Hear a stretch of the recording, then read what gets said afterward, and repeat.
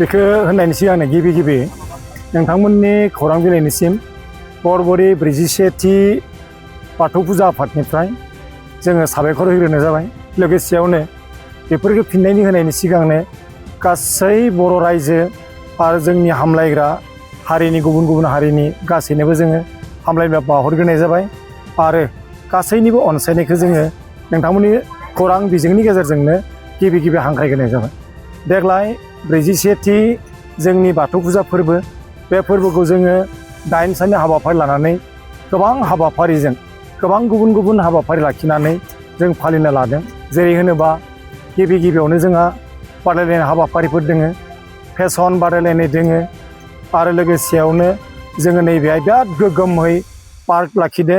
नायथाव बाथाव बेसेबांबा साजायनानै जोङो बेहाय पार्क बानायदों आरो लोगोसेयावनो थिग गुबुन प्रग्राम थानाय बायदि जोंहा मिना बाजार दोङो, एक्सप' दोङो, खेराइ दङ आरो गुबुन हाबाफारि दोङो।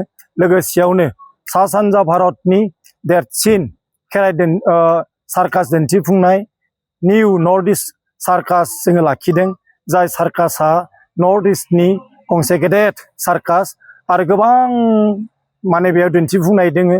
जाय दिन्थिफुंनाया मेहेरगोनां आरो नायथाव बाथाव बेसेबांबा बियो सोमोनांथाव गेलेनायफोर दिन्थिगोन।